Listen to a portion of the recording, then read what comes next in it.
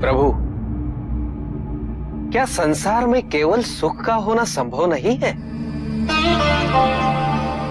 प्रत्येक आत्मा का लक्ष्य केवल सुख की प्राप्ति ही तो है।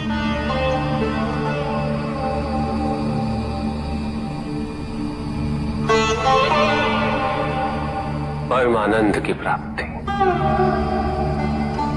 किंतु हम सुख नहीं, सुख को प्रदान करने वाली वस्तुओं को एकत्रित करना ही जीवन का उद्देश्य मान लेते हैं। ये समस्त संसार माया है, सब कुछ नश्वर है।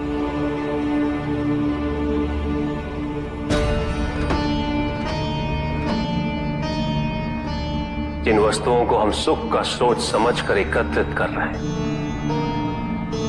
वो सदैव नहीं रहेंगे। जो व्यक्ति सत्य को जानते हुए भी लोभ का परित्याग नहीं करते, वो सदैव इन्हें खोने के भय में जीते।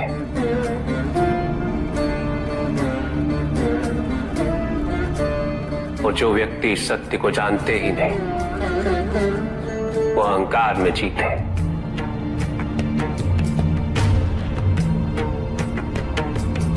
और जहां अहंकार और भय उपस्थित हो, वहां सुख कैसे रह सकता?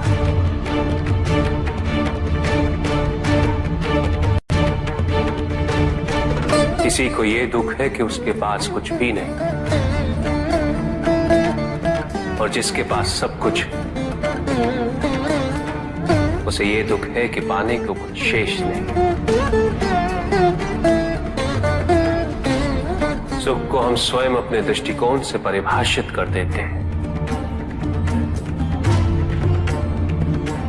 जबकि वास्तविकता इससे भिन्न है।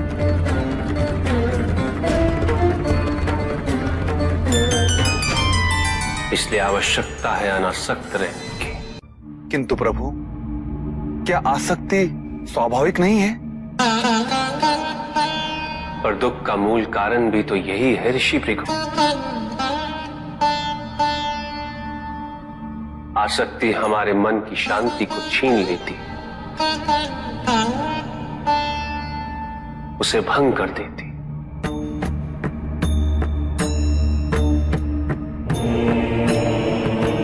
हमारी बुद्धि को स्थिर नहीं रहने देती, उसे चंचल बना देती।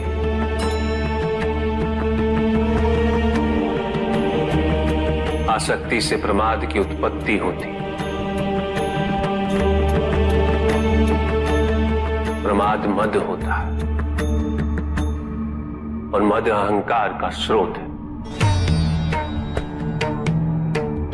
और अहंकार पूर्णतः शुभता में परिवर्तित हो जाता है, अर्थात आसक्ति अशुभता की जननी। इसलिए अनावश्यक है। तो प्रभु, आसक्ति को अनासक्ति में कैसे परिवर्तित किया जा सकता है? और हम आसक्ति से कैसे उबर सकते हैं प्रभु? आसक्ति से मुक्त होना ही अनासक्ति।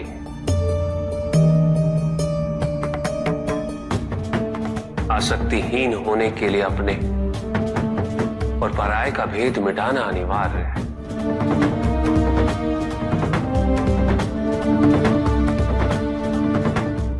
और यह तभी संभव होगा जब हम सुख की खोज बाहर नहीं, अपने भीतर करें। जब हम यथार्थ को पहचानें, उसे स्वीकार करें।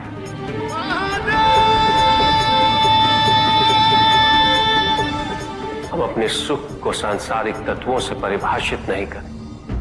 जब तक हम ऐसा करते रहेंगे, हम बंधते जाएंगे। जब हम स्वयं अपने भीतर झांकना आरंभ करेंगे, हमारी मुक्ति का मार्ग स्वतः प्रशस्त होता जाएगा। महादेव, आपने हमें दुख का कारण तो बता दिया, किंतु हम भाई के बारे में भी जानना चाहते हैं।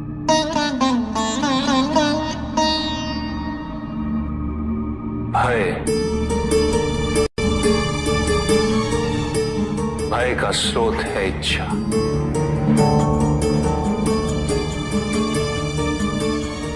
पाने की इच्छा होगी तो उसे खोने का भय भी होगा।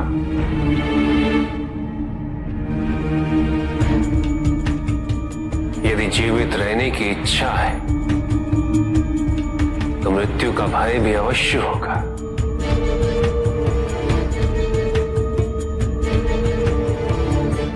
किंतु केवल मनुष्य ही नहीं, देवता, गंधर्व सभी इस भय से ग्रसित हैं।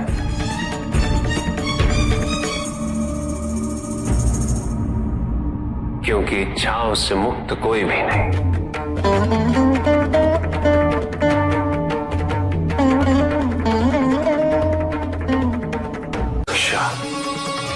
ईर्ष्या, द्वेष और निंदा और षड्यंत्र जैसे पाप भय से ही उत्पन्न होते हैं। और प्रत्येक पाप का प्रायश्चित केवल दुख और कष्ट उठाने से ही संभव होता है।